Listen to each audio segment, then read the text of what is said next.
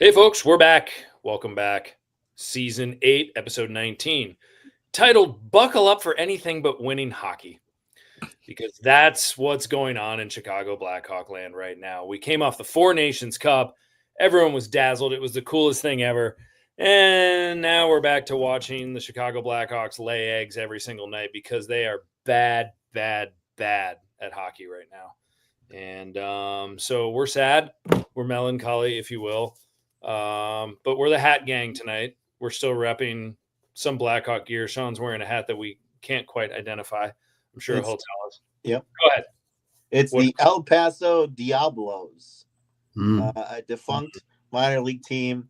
My grandmother's, shout out to my grandma's 90th birthday party was this past Saturday. Yeah, Grandma Fitzgerald. And the theme was purple. So I had to get a purple hat. So defunct hats. Yeah. Work out perfectly for that. Yeah. Jimmy, how are you? How are things in your world, my friend? Things are going all right. Staying alive to the best of my abilities. And that's all I can do right now. Back healthy again. And the Bardo, you doing well? You happy and healthy? I'm happy and healthy. Fantastic. Excellent. Awesome. Speaking of not healthy, let's talk real quick about the Four Nations and just wrapping that up and what that tournament was like. First of all, the best hockey we've all seen in years. Absolutely amazing. 9 million viewers, but injuries aplenty. And it really took its toll on some teams. Not the Blackhawks. They're just bad, no matter who's healthy or not. But I don't know, Shawnee, what do you, Four Nations? You want to touch base on this a little bit? Yeah, so Charlie McAvoy is injured. Currently, Matthew Tkachuk is injured. There's more controversy surrounding the Minnesota Wild's training staff because they were the staff for the Team USA and the Four Nations. And there's been some skepticism. I believe there was a trade last year that Minnesota said a player was healthy, and when the receiving team got the player, the medicals were completely different.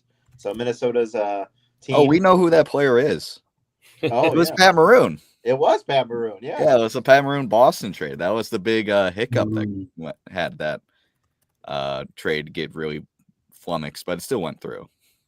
Yep. Andy's kind of unsung hero, Vincent Trocheck, is hurt. Yep. So just, yes, the tournament was awesome. It was great. 9 million viewers, but now in terms of the NHL season, a bunch of guys are injured. So teams fighting for a playoff spot might be down some key players. Florida, especially, with Matthew Tkachuk being out. Yeah. Well, he still had time to go on the Tonight Show last night. He did, yeah. So, I'm sure he's just fine. A lot of theater. But anyway, Four Nations, awesome, big success. And now we're back to NHL hockey, which for some people, Sean and I were lamenting the fact beforehand that for some people, it must be awesome to go watch the Four Nations and then jump into a playoff race and be excited about it. That ain't us, folks. That ain't us. Chicago Blackhawks are bad. They're awful. It's just going to be bad hockey from here till the finish. But there's some interesting news, and we want to start off with Seth Jones. Jimmy, Seth Jones made some comments right as the Four Nations completed around his future with the Blackhawks. What did he say? What does he keep saying? And is this going to happen? Is he going to be traded before the trade deadline? Well, I'll start with his comments. They basically revolved around, hey, I realize my window of opportunity doesn't line up with the Blackhawks. He stated, I'll continue to go out and play for this team, but I would not mind going out and playing with a contender. And when asked about former teammate Zach Werenski, he made some very glowing comments about Zach and even kind of alluding to wanting to play with him again and even missing having played with him back in his Columbus Blue Jackets days. So to answer your question about the trade deadline, I mean, if the clock was ticking before his comments, now the clock is out of control. Yeah. I wouldn't be overly surprised if he was moved by the deadline. However, the problem with moving him at the deadline is they still need to get to that cap floor. If they trade him at his entire contract, they're going to be below that cap. They'd have to bring in a contract for the remainder of this season to get him back over that salary cap floor, something they wouldn't have to deal with if they made a trade, let's say a on draft day or some other time Yeah. in the off season, which I would prefer. I don't know how you would facilitate a trade of Seth Jones at the trade deadline with his contract and his AAV hit. I would be shocked, but it really does seem like he has a foot out the door and the team is willing to move him. And they're probably just looking for partners. I've heard of rumblings of Colorado, of Dallas being interested in him, of Columbus as well. So we'll see what happens. Yeah, I agree with you. We've kind of said all along that and Bardo, I want to shift to you on this take. We've said all along that this is probably a move that should happen more towards the offseason. And I mean, Seth Jones is not exactly a guy too that you're just giving away, for prospects or picks. And I mean, this could command a pretty decent return.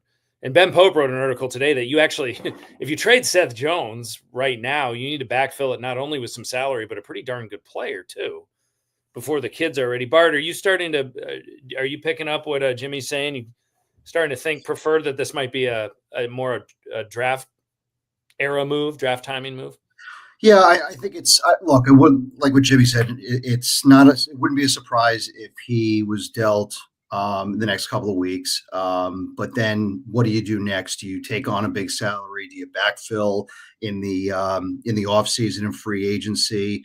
There may be some value in holding on to him because of hitting the salary cap floor, because that number now is only going to go up, assuming the cap is going to go up. So that just almost puts them in a bigger hole. Or does this mean that potentially you can go after and sign both a Rantanen and a Mitch Marner, or a Rantanen and an Aaron Ekblad, some like big sell, like a couple of big ticket free agents. So that almost opens that door as well. Another team I would also throw into the mix is Florida. If Tkachuk is on, ends up going on LTIR, then all of a sudden, they could probably take on a significant salary right there. Because obviously it's no cap once the playoffs hit. And there's also some connections there. If you start doing the dot connections, Bill Zito, the GM, I believe, was in Columbus when they drafted him. So there's some connections there that could make sense as well. And look, they may need somebody also, because under the assumption that they're going to lose Ekblad in free agency, then all of a sudden Seth Jones kind of fills that void to a degree. Yeah. No, that's a good call. I mean, I think it's going to happen. It's just, he might just still need to finish out the next 2 months, but it should be interesting to see who the suitors are. I'm sure the phone's ringing. I'm sure there are conversations after those comments. What about those comments, Sean? I mean, he came out and he said, as Jimmy indicated, my timeline's a little different. Then when asked about it, he still comments on it. Right. And, Nick Foligno came out and said, that's kind of, hey, he's a Blackhawk now. That's his business, whatever. But at what point, do you kind of say, hey, man, you are one of us. Be quiet. Right. And you have A. You wear an A. Yeah. Like, he's an assistant captain or whatever every game. So it's like, what kind of example are you setting right now? I don't say no, Kate. No, nobody says no. But yeah, I think he needs to stop talking about it. Like, he's creating more of the media story around it. Every time that he should, if he's smart, what he should say is, okay, I've already made my statement on that. I'm going to stick by my statement. Next question, or something like that. Just, he's already referenced it. He would like to be traded. He understands that his contract and his no movement clause are issues. He understands that. And he just keeps putting it out there. And in a season where the Hawks are really bad, like, there's only 20-something games left, this is going to be the story. Like, every game now, it's going to be when Seth Jones getting traded, especially with the deadline coming up March 7th, I believe. Right. He's going to be, when can I get traded? And then after the deadline, if he doesn't get traded, people are going to continue to ask him about it. Well, yeah, and it's not only, you make comments like that, like you said, you wear an A, and then your team goes out, they lose 5-1 to Columbus after you make comments about how you were, curious about what it was like to come back. Then you lose 5-2 to Toronto, and he was brutal in that game. He was not good. He was awful. Yeah, he was terrible. And so I don't, when you're demanding trades and you're not playing very well and you're trying to bring a young team along, I mean, at some point when asked about it again, he should be quiet. So did he formally request a trade? I don't think he did. No, it doesn't sound like that happened. That's the big difference, because I think he took the noisiest route possible in terms of going about saying he wants to get traded. Because let's be real, even if he didn't request a trade, he's already said it publicly. He wants out. Right. So he's basically taken the most. And he's had that vibe for a long time.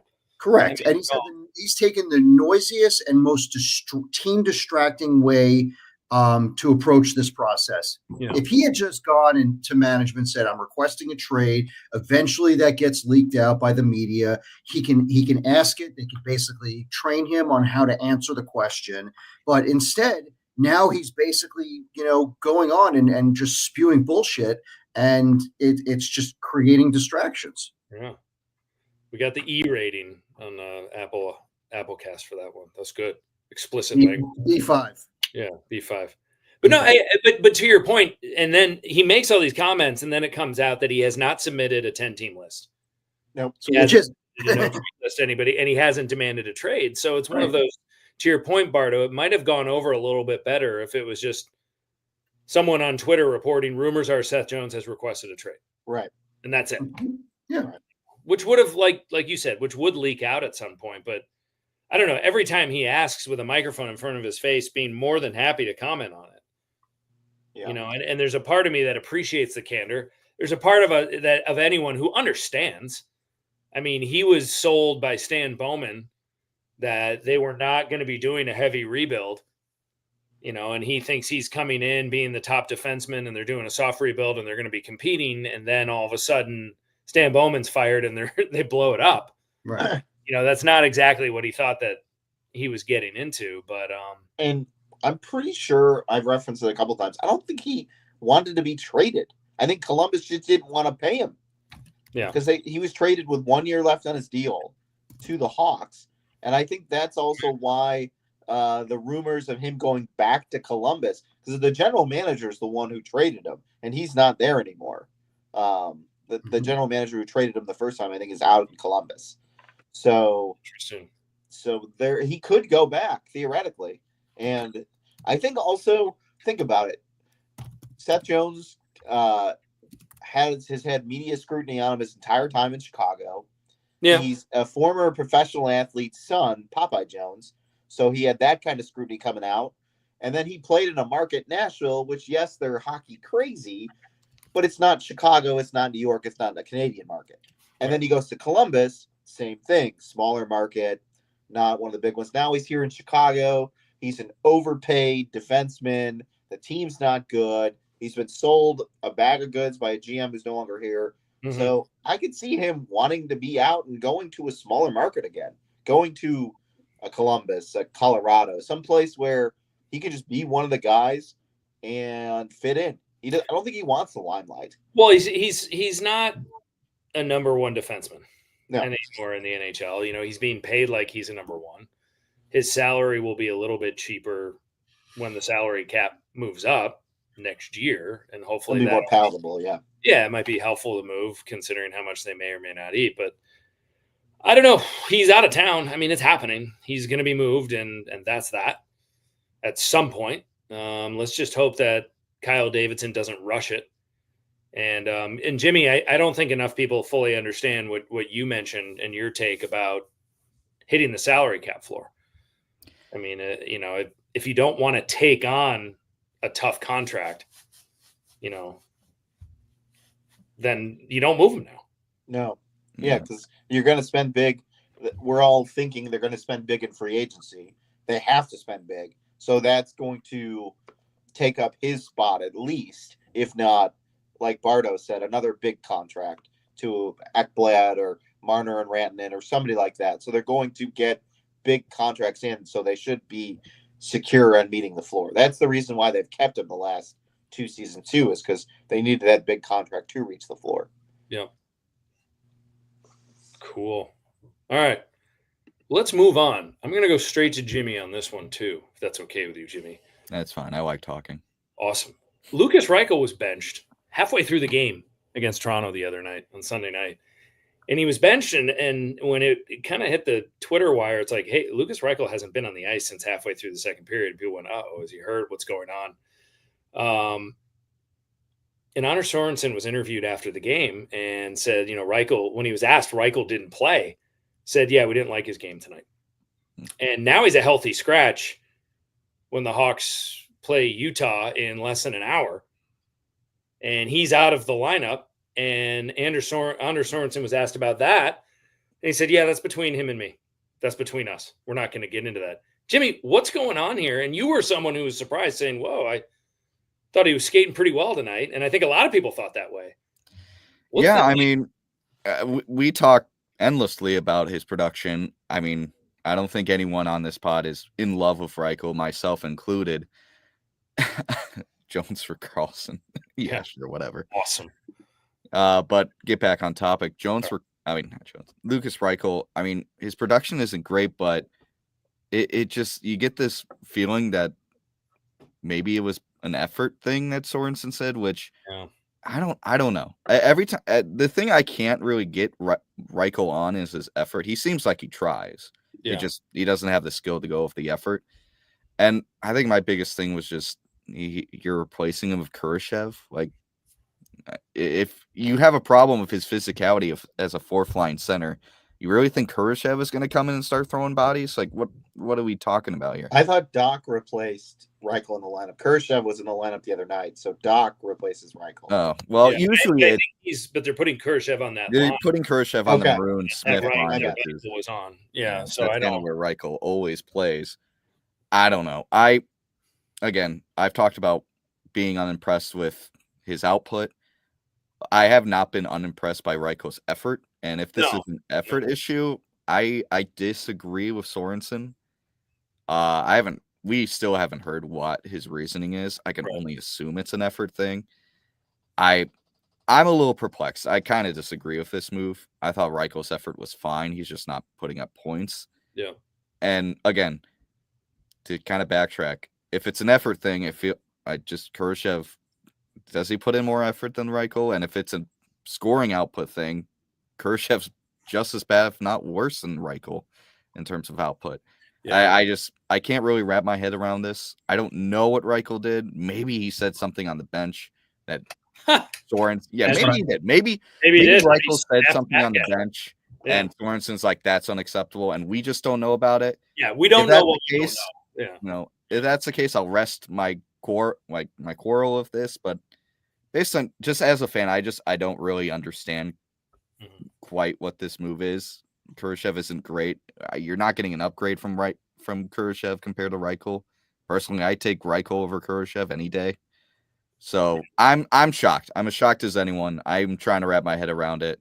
Maybe the other guys on this pod have an answer, but I really just don't get it. Yeah, no, Bardo, what do you think, man? I think he might have said something. That's where I'm kind of leaning towards. So, I think that at this point, it's just not going to work here. He's been through 3 coaches or whatever it is, and it's just every time you turn or you think you got something out of him, it's another problem. So I think at this point, you just have to almost look for somebody who maybe has a similar contract. That maybe is going to be a future RFA or whatever it is, and just and maybe just make a trade, almost like Nylander for Yoki Hara several years ago. So just kind of a change of scenery type trade. Yeah, Shawnee, what say you about this? I mean, we don't know why, and maybe he said something. Maybe there are expectations of aspects of his game that he's been talked to about, that he's not totally grasping, that maybe he's not stopping on the puck enough. Maybe there's something in defensive zone coverage. Maybe he's not paying attention to systems. But what are you thinking? Is there anything maybe like, are they trying to give Kurashev like one last major audition or something to try to see if they can move him? Or is this just totally out of left field? I think it's totally out of left field. I mean, in the game, Reichel was one of the few guys who was gaining the offensive zone with some speed going in. Now, in typical Reichel fashion, he gains the zone and then has no idea what to do with the puck when he gets in the offensive zone. Yeah. But he definitely was I remember there was a couple significant plays where he entered the Maple Leafs defensive zone with some speed, and I was like, oh, there we go, Reichel, and then he was gone.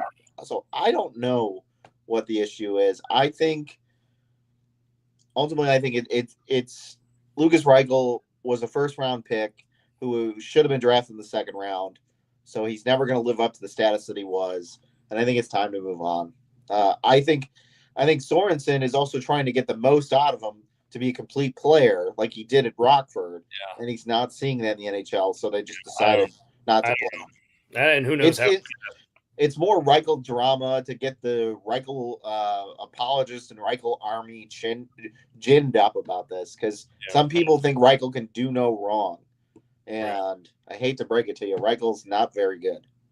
No, I mean, I don't, it might be the end of the line for him here. I don't know. We've talked about this ad nauseum with him and how there's been, huge expectations on him, and he didn't meet those. And now, is this just a player? He is a fourth line guy. And if he is a fourth line guy, he's doing just fine. But I don't, it's just not, I don't know. It's not really working out very well. On that kind of note, we just got a question from the away fan, which is awesome. The away fan, how you doing tonight, buddy? Wings fan. Always going to be rooting for his dude Bertuzzi. Do we feel that same way about Patrick Kane on the Red Wings? I do. Fellas, what do you think? Yeah, I mean, good for him. I hope he does well. I don't wish anything bad on him. Yeah, oh, absolutely. No, Patrick Kane was the man here. I don't wish anything. I want Patrick Kane to be in the playoffs. I want him to do well. I want him to see him win. Yeah, Patrick Kane in the playoffs is electric. Like, his game always goes to another level. He's the opposite of Seth Jones. When the bright lights are on Patrick Kane, his game rises. Yep. And I would love to see him in the playoffs just one more time, get a big goal in the playoffs, have a great celly, and go off into the sunset. Yeah, I mean, I view him the same way I look at guys like Anthony Rizzo and like Chris Bryant from the Cubs 2016 team. Like, he brought this town 3 cups. He was a Conn Smythe Trophy winner. He was the best part of the post-Cup era as well. He was like the only reason to watch, basically from like 2018 to 2021. And I mean, it's hard not to root for a guy that brought so much fun and a few championships to Chicago, a city that has been just desperate. Well, ultimately, if we looked at the numbers right now, he's getting pretty close. It might be next year he passes Mike Modano as the highest born. Highest born. Who's the highest guy in the room right now? It used to be Kane. I mean, for the highest scoring American born player ever. There. Now, folks, I said American born. Brett Hull was not born in America. Get over it. I'm just so tired of defending that argument. No, I mean, he could go down as the best American born player in NHL history. And I don't know. I mean, how many people will say Patrick Kane? How many Blackhawks fans will say Patrick Kane is my favorite player of all time? I'm saying that right now. He's my favorite player of all time. Of all time. And Showtime, and he plays the game the right way. He's never, everyone talks about the Four Nations, about how, they're, how awesome was it to see, a big fight right in the beginning and blah, blah, blah. Yeah, and sure, that attracts a lot of hockey fans. But for the purists, the ones that want to see skill and speed and grace, Patrick Kane's the guy. I mean, he's right there. So he score the game tying goal in Vancouver? Wasn't Kessler to Kane that sent him to overtime? Yeah, it sure was. Yeah. Sure was. Yeah. So but great question. Oh, and he's still going. Yeah. Is there a player, current or former, that left the Hawks that grew on you to root against? Well, Dylan soon to be Seth Jones. Yeah, soon to be Seth Jones. Dylan Strome, I'll never root for ever. I mean, Eric Gustafson is always the one that we like to bag on. Yeah, former player. Yeah, I do root for Brandon Hagel. A former player, Hagel always kind of root for. Always root for Brandon Hagel. I will always root for Kirby Dach. Yeah, me too. Because of how he was treated in Chicago and what they expected him to do when he was just not ready for any of that. And poor Kirby Dach, God, he's just had a tough go. Is he hurt again? That I don't know. I would. Yeah. Well, speaking of Kirby Dach, you know who's not hurt? His brother. His brother Colton, and good segue. Colton Dach is back in the lineup tonight. He went down for a little bit. Now he's back. Jimmy's here to stay. Do you think? He's awesome. We like him. Yeah, I agree. I think he's here to stay. He basically just went down to rehab an injury and then play during the Four Nations when the NHL was taking 2 weeks off. I think he's here to stay. He's shown he's kind of what a lot of people expected Reichel to be. He's just, he creates on his own. He forechecks hard. He throws the body around like a madman. I mean, I don't always love using the former players from the Dynasty comparison, but like he's got that like Shaw Boland in him. Yeah, that Shaw Dave Boland. He's got that little pest in him, but he has so much skill to go with it. It's just exciting to see, and I think his game translated immediately to the NHL level. Yeah, It doesn't shock me that when he came up, he got on a line with Nazar and they clicked immediately, and like they both played really well for a couple games right when he came up. I mean, I think he's here to stay. He's proven it. There's no reason to believe he shouldn't be an NHLer for the rest of the season, other than the obligatory paper transaction that will send them back down for the AHL playoffs. I think he's here to stay. He should be on the opening day roster next year. And I mean, it's hard to argue against that. Yeah. I actually throw one thing in also is that other than Bertuzzi, I think all of the guys who are physical and throw their body around are all aging, Maroon and Foligno, and you kind of want to preserve them a little bit, at least Foligno, because he's under contract. So let Doc come in and throw the body around and be physical, because the Hawks need that kind of player. Yeah, he's got to be physical, because I think even before the Four Nations, he was really physical when he came up, and then it kind of went away a little bit, and then he got sent back down, and then he got hurt down in Rockford. So I think the physicality has got to be there for him. Like, that's a huge part of his game, and I think that helps on whatever line he is, because he's going to go in the dirty areas and lay the body, and he needs to do that. Who's he playing with tonight? He's on the third line. I can't remember who exactly. I'll double check real quick. Gotcha.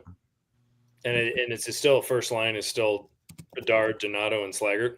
No, they changed it up. It's Bertuzzi and who am I? Nazar going back up. Good. Doc is with Slags and Donato. So that's Doc is basically the last couple weeks Bedard here.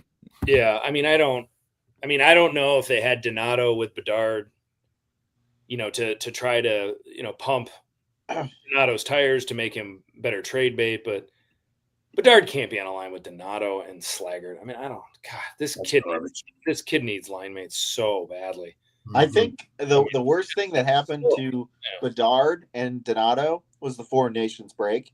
Like, they were both so hot.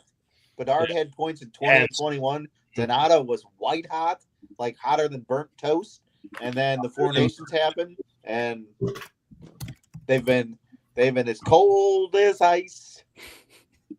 Let's pause for a moment and just digest that soliloquy by Sean. That was awesome. All true, Shawnee. Speaking of Ryan Donato, still 19 goals. What is he still trade bait? Thanks to you, Away Fan, for joining us. Good to see you, buddy. Take care. Thanks for chiming in. Be well. Ryan Donato still 19 goals on the season. I would have. There was a lot of talk about him before the Four Nations, and now it's kind of cooled off a little bit. I mean, you would assume that they're going to move him at some point. 19 goal scorer. If he's going to be 20 goals by the time the trade deadline, 20 plus by the time the trade deadlines arrive. So 28 years old, you'd think that he's out of town, but are we coming to expect the unexpected? Is re-signing still out there? Or is it just like it's anyone's guess at this point? I still think he could get traded if a first round pick comes the Hawks' way. I know you guys thought I was crazy. I don't think you're crazy about one first rounder. When you said two, I thought you were. Well, two might be a little much. I think one is very palatable. Yeah. I absolutely think that's in play. Yeah, if Mikael Granlund got a first, I think Donato can get a first. Oh yeah, I mean, I don't know. And we've said it before. His value's, his value is probably never going to be higher than it is right now. I mean, I'm also fine if you re-sign him, because again, you are going to have to hit a salary cap floor. Yeah, and you are going to take some big swings, and there might be some misses. I'm high on Marner now. After the Four Nations, I'm really high on Marner. Yeah. But again, like, will the Leafs now, with the cap going up, be able to afford their big guns? You know, it's anyone's guess to see what that's going to look like. I think if the Leafs have their first round exit, though, they've got to break up that core four and spend their money someplace else. Yeah, they do. Need to address Tavares is out no matter what. I think they're letting Tavares walk. Yep. You don't think he'd come back on like a 1-year deal and like $1 million or something? I'd be surprised. Somebody will pay him more. I think somebody will give him like 2 for 18 or something. Isn't he 37? Yeah, he could still play. I bet he could still get a couple of years somewhere. I think he could get a 2-year deal worth like 14, 15. I mean, look what guys like Marchessault and, in Nashville, like freaking Nashville paid these guys. I mean, we know there's going to be some team out there, like Utah could basically give Tavares like a 2-year deal, and then all of a sudden, boom, he's gone. So I have a feeling he's going to get a 2-year deal somewhere. Yeah, we'll see. I think Utah is not. He's played in 2 big markets, and he always shows out. He used to like, as Berkey said in his book, like Tavares always showed out when he went to Toronto when he played for the Islanders. So I think Tavares is going to sign with some. I could see him going to Tampa, go and sign with Tampa and try to load up with those guys for one more run, or going to Florida. Yeah, I mean, look, I think he goes to a contender. I think he goes to maybe where whoever will pay him the most, or if he's got some friends that he wants to link up with, and that's all that's on the table. But I just think he's going to get some sort of a 2-year, like I said, double figures deal. The AAV will be, in the 8 to 9 range or whatever, 7 range. But yeah, I just think he'll get paid. I think he'll get paid. I don't know. Last year he had 65 points. This year is about point perfect game guy. I don't know, 35. I think I could see like 2 by 10. Yeah, 2 by 10, 2 by 12, something like that. Yeah. Difference between 10 and 12 will be massive. Yeah, fair. That's fair. But yeah, I mean, if he can maintain a point per game rate where he's at right now, 50 games, 48 points. Like if he ends the season at like 75 plus, I think teams will definitely be like, oh, you know what, former captain in the Islanders, always been considered a leader, good player. You could plug him in as a second line center and have no problem there. Well, I don't know. 3 of us are wearing hats of that team. That might actually happen. Yeah. You never know. I mean, they have money. They might miss on some. I mean, tell me if you're a big name free agent right now, and we talk about KD wanting to make a splash, needing to make a splash. What is the sell to come play for the Chicago Blackhawks? Money, paycheck. Well, yeah, but if they do it, I mean, with the cap going up, it almost seems like more teams are going to have the availability to pay. Well, that's the thing with the Blackhawks, is that they have to overpay not only because of the cap going up, but they're going to have to overpay to get to the floor, especially if Seth Jones is gone and Donato's gone. So, yeah, I mean, people are going to look at Chicago just because if they want to collect a paycheck. Like, look at the guys that they signed last summer. A lot of those guys wouldn't get near that, in other places. But also, a lot of those guys aren't very good. That's right. So, I'm just hoping that, I'm hoping that somewhere along the line, the Hawks can sell a very good, still in his prime, some good years ahead of him player. Yeah. To get here, and with the cap going up, I thought they were almost in a better position before the cap announcement going. Well, no, but they're also in a good position too because they don't really have any long-term. Aside from Seth Jones, there's not really much long-term money on the books. Right. Like it's not like Toronto has Nylander, Matthews, and who's the other guy I'm thinking of? Who's the other guy in the big 3? Dave Allen. Oh, sorry. In any event, they've got 2 long-term, 8-year contracts on their book that are going to eat up some of their cap for years to come. The Hawks only have Seth Jones. And if they move him in the offseason, you literally could be like, all right, you want 13 for whatever, 10? Here you go. Here's your deal. Sign on the dotted line. Here's your deal. Sign on the dotted line. And then that people get long-term money. that's the thing too. Like, well, they need it. They're going to need a couple guys. They're going to need. I mean, and I don't know. People are going to start talking. Sam Bennett, baby. Sam Bennett. Dude, I really love fell this in love Four with Nations Sam Bennett. face-off. He was an insane. agitator. He had some grit. He showed some skill. Like, he was awesome. If you can get a guy like Bennett and get a guy like Marner and have them communicate and say, look, the Hawks are both offering us a ton of money. Let's just go. Yeah. You know, I think it will take. All I'm saying is it's going to take some convincing. Well, that and if you want to go guys get Tavares, guys that want to win, if you want to go get Tavares on a short deal to bring in an actual leader who actually wins regular season games as opposed to Nick Foligno, like, they have the cap space to do that. Yeah. The problem with Tavares, he's in ring chase mode, in my opinion. I would be. Oh, yeah. I could the Blackhawks easily give him 2 by 12.5 and overpay him and give him the best contract money wise compared to anyone else? Yeah, probably. But would he give a damn? Probably not. In my opinion, I think he's in ring chase mode. Yeah, he's never won one, so I think he's going to a contender, and I think a contender could figure out a way. And look, he may end up taking a 1 for 7 or 1 for 6 deal. Who knows? But I don't know. Yeah. We'll see. Well, we'll see. Let's talk prospects real quick. Nick Lardis keeps scoring, which is very exciting in Brantford. Again, we're still of that mind. It's great that he's scoring. I mean, he is hotter than burnt toast in his 4th year in the OHL. But it's like one of those. It's hard to tell if Mike Bossy is coming to town next year. We've talked about it before. This is probably a guy who's going to be in Rockford, who's going to be in the AHL when he first jumps on board. But we'll see. But either way, he's producing. Ryan Green is second in fan voting in the Hobie Baker. Who's the guy from UMD, Minnesota Duluth, who the Hawks are about to sign? Dominic James. Dominic James had a great senior year at UMD. Mm-hmm. So he is going to sign as soon as the UMD season is over. Adam Guyan at UMD will not be signing anytime soon.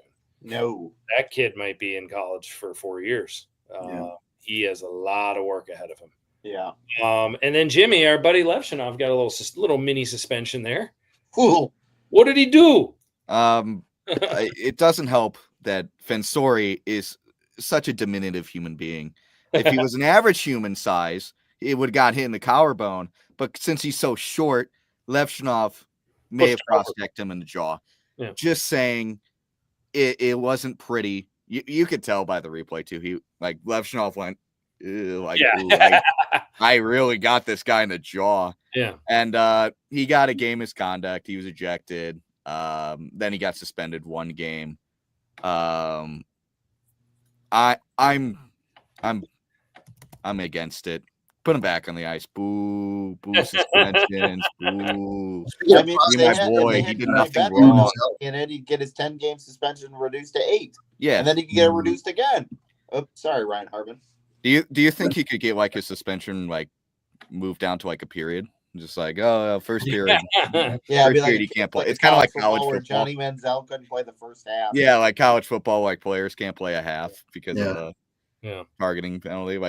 But yeah, I mean, that penalty aside, he's been physical. I talked about this last podcast, but he's just he's figuring out that he's just a big guy and he can throw the body around. Mm-hmm. He's learning that it's I'm in front of the net and this forward over here on the other team's in front of net. I should probably push him around a little bit. And he has. And that physicality kind of got, over the top against the Wolves on Saturday, but it's nice to see a guy have some edge to him at 19 years old, even if he didn't mean it.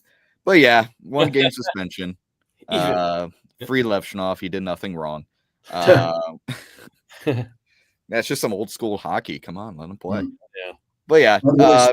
Speaking of prospects, Sam Rinzel has looked really good. I think he's probably on his way to signing as well. I think I'd be surprised if he didn't, but I don't think he'll go back. Yeah, there's nothing for him to prove. Sounds like he'll sign as soon as the NCAA season. There's a really good long form article on The Athletic about Sam Rinzel and just how drafting him and then sending him back to the WHL for a year before he went to college, and then the 2 years he spent in college, just how much his development each year has really gotten so much better. So Another teammate, Sam Renzel, Oliver Moore, he scored last week, and the Hawks believe, even though his finishing skill has been scrutinized, according to Ben Pope, they believe he's been unlucky and not inefficient.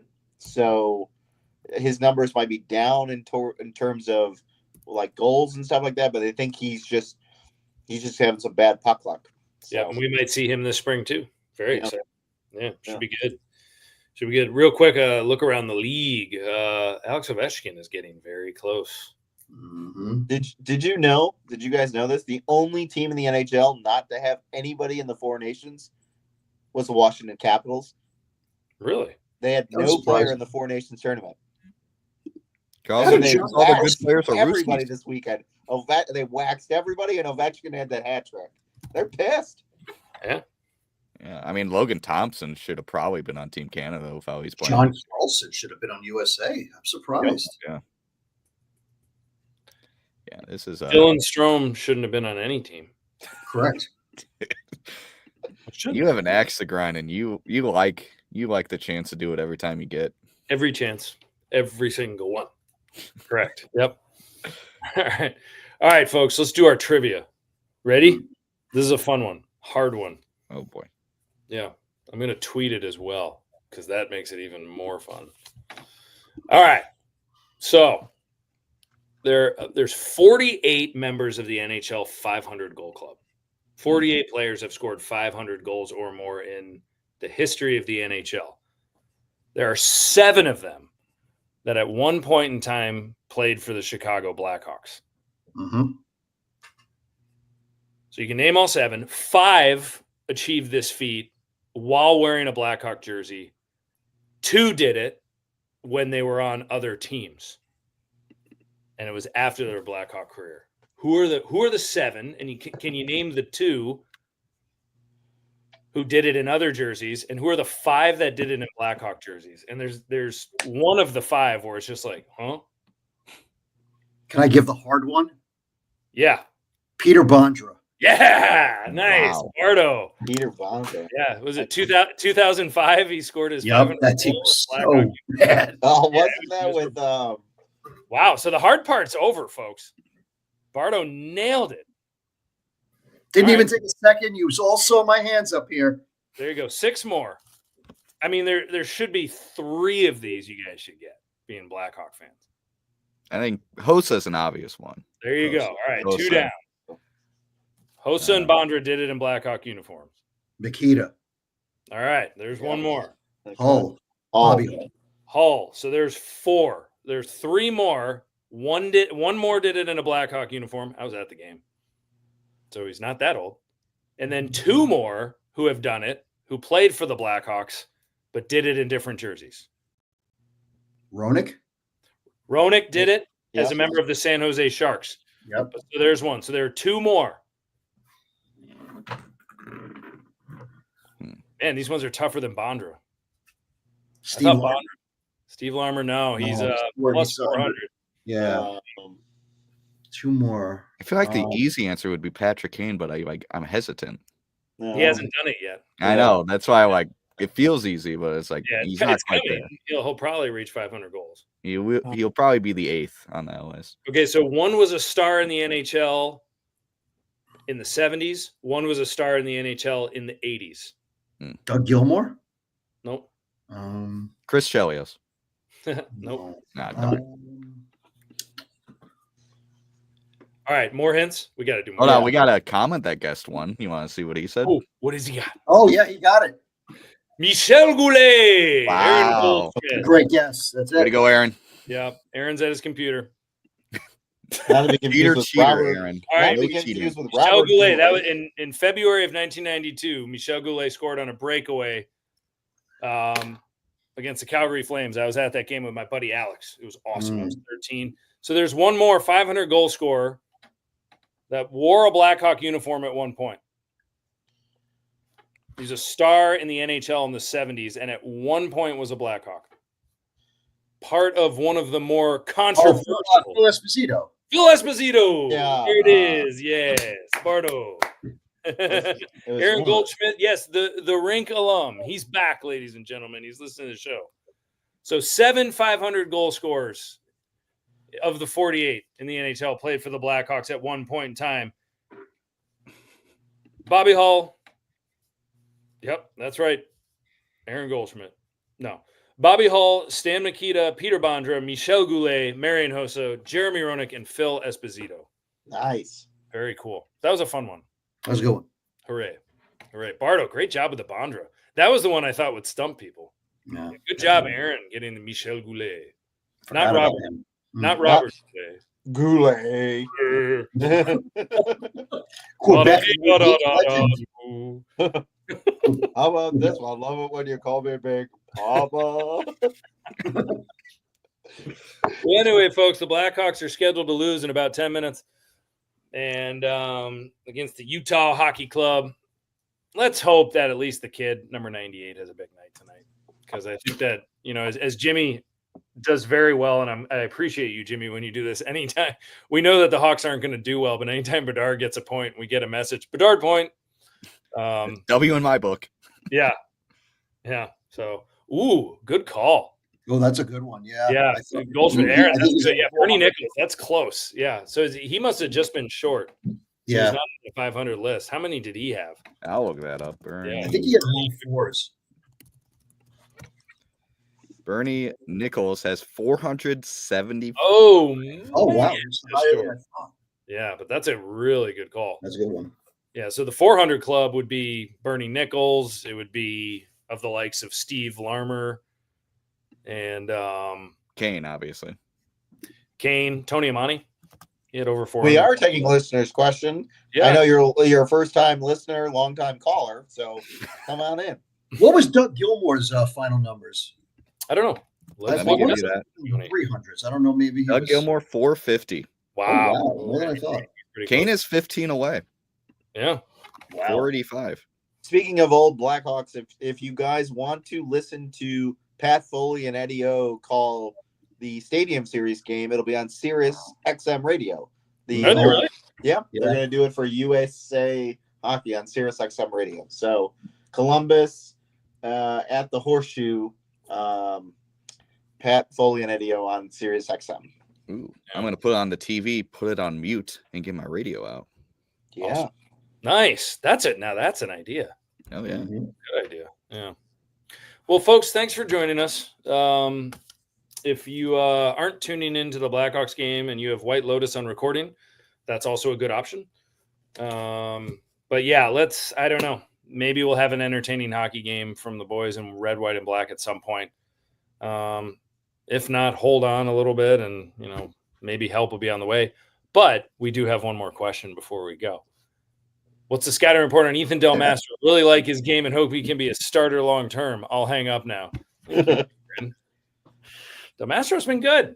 Well, he's going to be part of this rebuild. He's going to be part of this team, probably a 5 or 6 guy. Ultimately, when all the other D come up, but he's been strong. He's been great.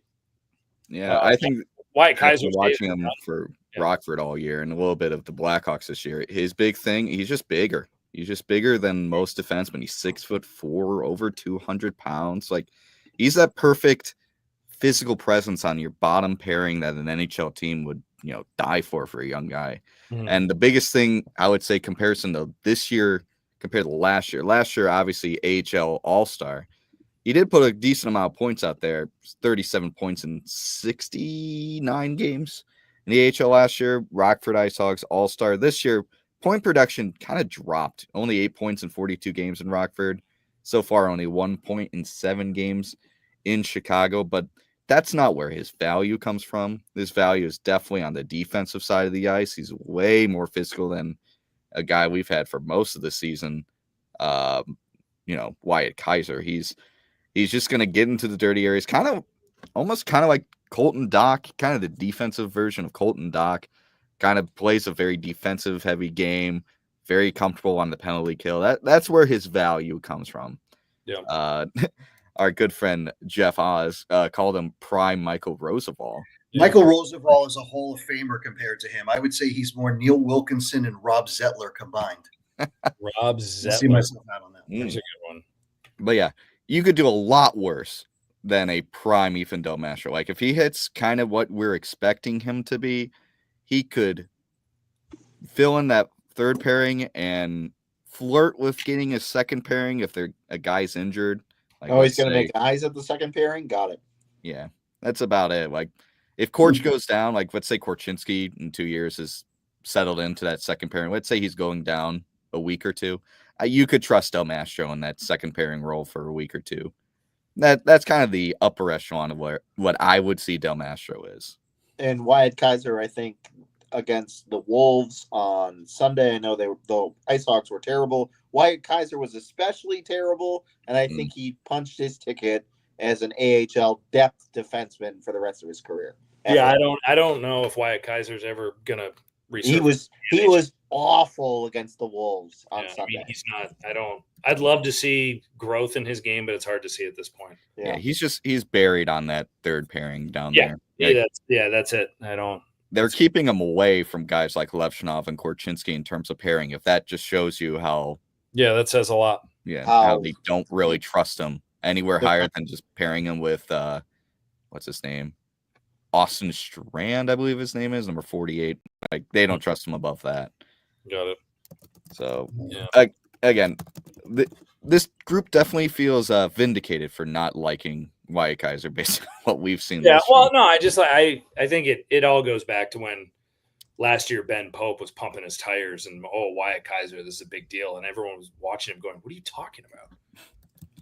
So I think that was where that all began. But anyway, good analysis on EDM to wrap up the show there, my friend. Thank you, Jimmy. And good questions, Aaron Goldschmidt. Great to be back. Obviously, Jeff Osborne, co-creator of the Rink, with a lot of fun feedback tonight. Jump on at some point, Kate. Love to see you here, buddy. And the away fan, come back and become a home fan at some point or something. And we'll have to get Ray's rants back on the show. Yeah. When Ray Stantz was here, Ray Stantz's rants. That one time it was awesome. So Ray, come back. All right. Bardo from the top rope on the trivia, by the way. Nice job tonight.